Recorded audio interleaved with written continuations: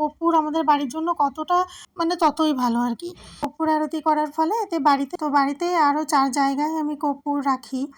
তো সেটা হলো ভালো হয়েছে, উপকার পেয়েছি আমি। তো সে অ্যাসিড পড়ে ওরকম অবস্থা হয়েছে। তো ম্যারিনেটে আমি প্রথমে লবণ আর মিক্সড করে নিয়ে তারপর আর কি গুড ইভিনিং এভরিওয়ান, আমার ইউটিউব চ্যানেলে নতুন একটা ভিডিওতে তোমাদের অনেক স্বাগত জানাই। আশা করছি তোমরা সবাই খুব ভালো আছো। তো ইভিনিং যেহেতু বললাম সেহেতু বুঝতেই পারছো আজকে ভিডিওটা সন্ধ্যা থেকেই শুরু হয়েছে। আগের দিনে যে ভিডিওটা তোমরা দেখেছো ওটা শনিবারেরই সকাল থেকে দুপুরের অংশটুকু, আর এটা হচ্ছে সন্ধ্যা থেকে বাকি অংশটা, বলতে পারো সেকেন্ড পার্ট। আর এখন তো সন্ধ্যা হয়ে গেছে, আমি তো একদম ঠাকুর ঘরের সামনে বসে গেছি সন্ধ্যা দিতে। আর রোজকার যেভাবে আমি সন্ধ্যা দিই সেইভাবেই আগে প্রথমে সন্ধ্যা দিয়ে নিচ্ছি। আর যেটা তোমরা জানতে ভিডিওটা দেখছো যে কর্পূরের ব্যাপারে, তো সেটা আমি অবশ্যই তোমাদেরকে বলবো। তো সন্ধ্যা দেওয়ার পরপরই দেখলে আমি কিন্তু কর্পূরদানিতে কর্পূর জ্বালালাম। তোমরা অনেকেই জানো বা আবার অনেকেই হয়তো জানো না যে কর্পূর আমাদের বাড়ির জন্য কতটা উপকারী একটা জিনিস। শনি মঙ্গলবারে সন্ধ্যা দেওয়ার পরে তারপর আমি কর্পূর আরতি করি। তো সন্ধ্যা দেওয়া হয়ে গেলে দু একটা কর্পূর জ্বালিয়ে প্রথমে ঠাকুর ঘরে আরতি করার পর তারপরে সন্ধ্যা দেওয়ার ওই প্লেটটা নিয়ে দেখলে তোমরা আমি যেভাবে করলাম ওইভাবে আর কি সারা ঘরে আলো আর ধোঁয়াটা এটা যাতে পুরো ঘরে স্প্রেড করে, এটা মানে ততই ভালো আর কি। আর এটা কেন করবে, এর কারণ হচ্ছে কর্পূর আমাদের বাস্তুর জন্য খুবই ভালো। এতে করে নেগেটিভ এনার্জি দূর হয়। না চাইলেও তো আমরা বিভিন্ন রকম নেগেটিভিটির মধ্যে জড়িয়ে যাই বা বিভিন্ন রকম নেগেটিভ কাজকর্ম করে থাকি, যেগুলো হয়তো আমরা নিজেরাও জানতে পারি না, বুঝতে পারি না। তো কর্পূর আরতি করার ফলে এতে বাড়িতে সব রকম নেগেটিভ এনার্জি রিমুভ করে।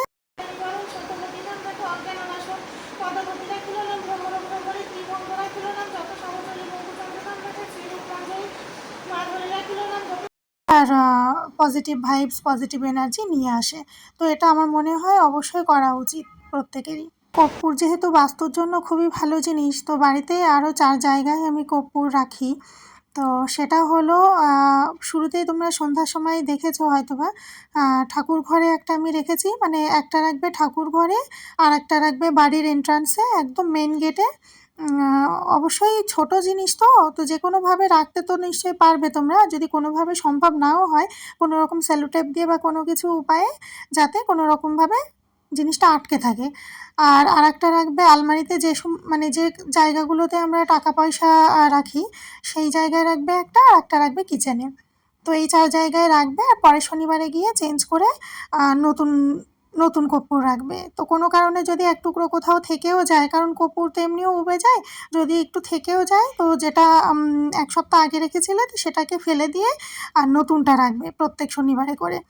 তো তোমরা চাইলে এভাবে এটা করতে পারো। আমার অনেক বেশি মানে ভালো হয়েছে, উপকার পেয়েছি আমি, তো সেজন্যই তোমাদের সাথে শেয়ার করলাম। সন্ধ্যা পুজো দিয়ে আমি চলে আসলাম রান্নাঘরে, আর রাতে রুটি বানাবো বলে আটাটাও মেখে নিয়েছি।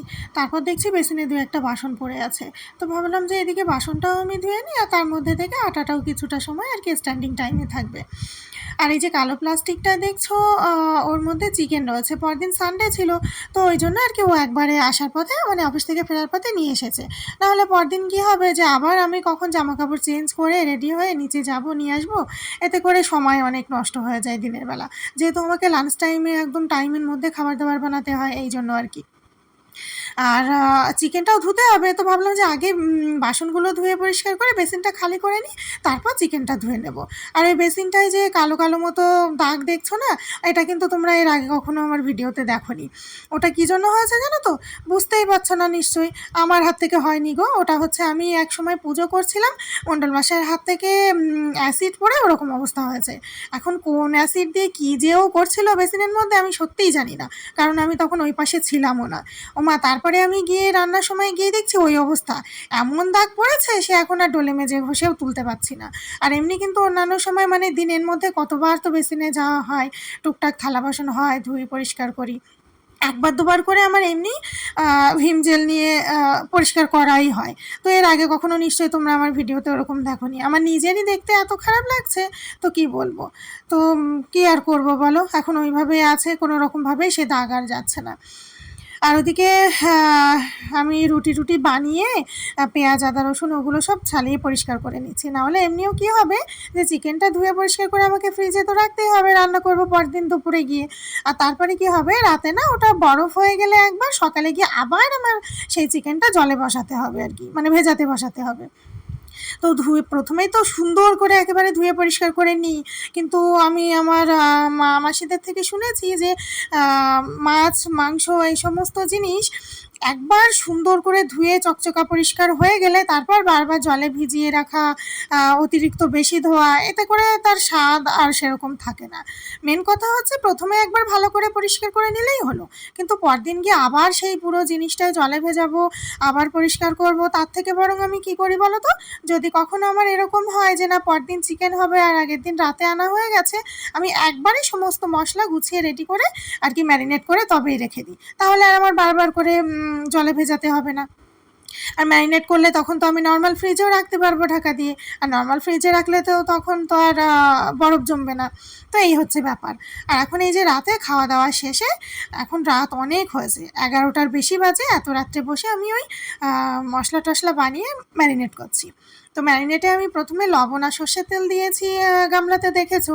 আর যা যা লাগে মশলা আর কি, আদা পেঁয়াজ রসুন টমেটো জিরে ধনিয়া একটু অল্প অল্প করে নিয়ে আমি যে প্রসেসে বানাই আর কি, তো সমস্ত মশলা করে আর কি মশলাটা আগে ভালো করে মানে মিক্সড করে নিয়ে তারপর আর কি পরিষ্কার চিকেনটা দিয়ে আর কি ঢাকা দিয়ে আমি ফ্রিজে রেখে এসেছি। আর এখন এই যে এত রাতে কিচেনটাও পরিষ্কার করে নিচ্ছি, না হলে সকালবেলা আমার একদম অপরিষ্কার কিচেন দেখলে একদম মাথা খারাপ হয়ে যায়, প্রচণ্ড নিজের প্রতি নিজের রাগ এসে যায়। আমি সকাল সকাল একদম ময়লা জিনিস কিচ্ছু দেখতে পারি না। তো সব কিছু করে আর এখন দেখো কটা বাজে, তবুও এখনও কত কিছু বাকি। আর এখন হাত মুখ ধুয়ে ফ্রেশ হয়ে এসে ঠাকুর ঘরে চলে আসলাম আমি প্রণাম করতে, যেটা নর্মালি তোমরা জানো আমি রোজই করে থাকি।